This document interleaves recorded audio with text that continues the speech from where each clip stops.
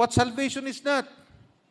Well, but before clarifying salvation in biblical terms, it will be helpful to look at ways of salvation that are not in line with Christian theology.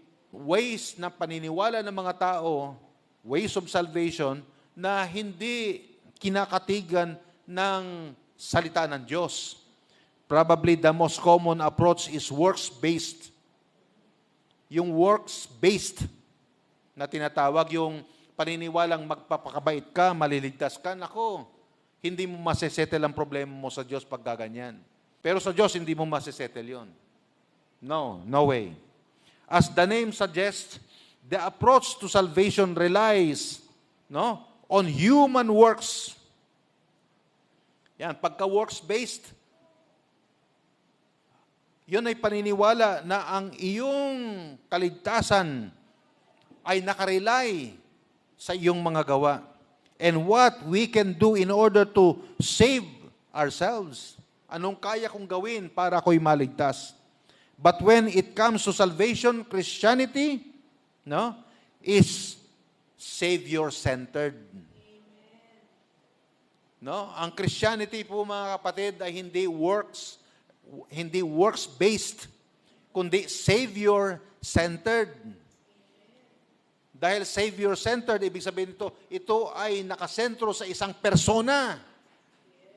At ang personalidad na ito ay nagngangalang Hesus Kristo. Ang Christianity is Savior-centered. Ayan. At ang Savior-centered, merong verse. Nakaangkop yan. Tingnan natin sa Ephesians chapter 2, verses 8 and 9. Yan, Ephesians 2:8 and 9. For by grace are ye saved through faith. Yan ang Savior-centered. And not of yourselves. It is a gift of God. The gift of God, not of works, lest any man should boast. Kaya sabi sa verse 9, ang kaligtasan ay hindi sa pamagitan ng gawa. Di ba? Bakit? Kasi pagka ginawang sa gawa, di magmamayabang tayo sa harap ng Diyos. At ang pinakaayaw ng Diyos ay yung may mayabang sa harap niya. Ayaw ng Diyos na mayroong magmamalaki sa kanyang harapan. Ayaw ng Diyos yan. At sinigurado niya na kahit na ang paglalapat ng settlement sa problema natin, hindi tayo pwedeng magyabang. Kaya kita mo, siya na nagbigay. Pwede kang maligtas. Pwede mong isettle ang problema mo sa akin, sabi ng Diyos. Pero ako magbibigay. Kaya nga, yan ang sinasabi ng John 3:16, na sa pagsinta ng Diyos, sa pag-ibig ng Diyos, ibinigay niya ang kanyang nag-iisang anak upang ang sino mang manampalataya, masesettle ang problema mo. Di ba napakaganda mga kapatid? Gusto mong isettle ang problema mo sa Diyos ngayon? Lumapit ka kay Kristo at masesettle mo yan. Bakit? Kasi yon ang settlement na sinasabi nung persona na meron tayong problema. Pagka hindi ka ligtas, meron kang malaking problema. Ano yung problema mo? Ang problema mo ay makasalanan ka. At ang makasalanan ay tinatrato ng Diyos na kanyang kaaway. Kaya pagka namatay ang kaaway ng Diyos, hindi niya papapasukin yan sa langit. Hindi. Sa impyerno ka. Kaaway kita pero kahit na ganon, kahit na ganon, nagbigay na siya ng provision. At ipinangangaral natin ang provision na yan. Walang sino man ang magiging excuse.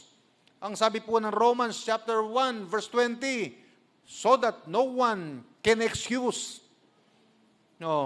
Sinabi ko noong nakaraan, although giving ang topic natin noong nakaraan, that's why ang Panginoon ay nagbibigay ng halaga sa mga material na mga bagay. Bakit? Kasi lumalang siya ng mga material. Kaya nga itong mundo na to ginawa niya. At itong mundo na to ginawa niya upang ito ay maging reflection kung sino siya. Di ba mga kapatid? Yung kabundukan na yan, reflection yan ng kanyang kapangyarihan. Yung mga kalawakan. Bakit puro kalawakan? Kasi sa SET telescope natin, nakita ng mga scientists na napakaraming kalawakan. kalawakan sa kalawakan, at yung pinakamalayong kalawakan ay nasilip na. Pero kahit na yung pinakamalayong kalawakan, meron pa rin kalawakan na hindi na kayang abutin ng teleskopyo natin ngayon. Hindi natin alam yan noong 18th century. Hindi natin alam yan. No, 2,000 years ago, hindi natin alam. Hanggang sa nagkaroon tayo ng teleskopyo. Kaya nga si Galileo Galilei, yan ang, 'di ba, yan ang gumawa ng teleskopyo. Kaya nga siya ang unang nag-declare na ang mundo ay bilog. Nagalit ang Katoliko, 'di ba? Nagalit. Anong ginawa kay Galilei? 'Di ba? Sinunog ng buhay? Nagkamali sila. Bakit? Napatunayan sa panahon natin ngayon na ang mundo bilog, 'di ba? Naging pagkakamali ni Galilei yan. Nagsabi siya ng totoo. Bakit? Kasi nakita niya may teleskopyo siya.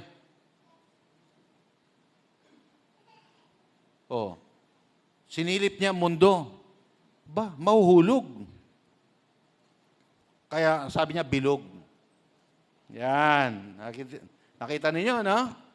No, good works are the natural outcome of following salvation through Christ.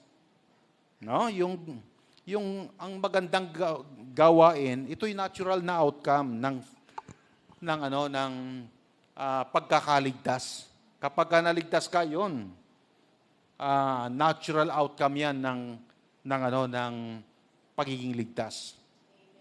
Kaya kapag totoong ligtas, hindi mo na kinakailangang utusan para gumawa ng mabuti. Pero pagka pinag-usapan ang mabuti, laging nandyan ang puso niya. No. Kaya lang, dahil may kalaban, kahit gusto niyang gumawa ng mabuti, nanditong isip, kailangan ng anak mo yan, huwag mong ibibigay yan. Yan ang battle na hinaharap nating mga Kristiyano. Araw-araw. Amen?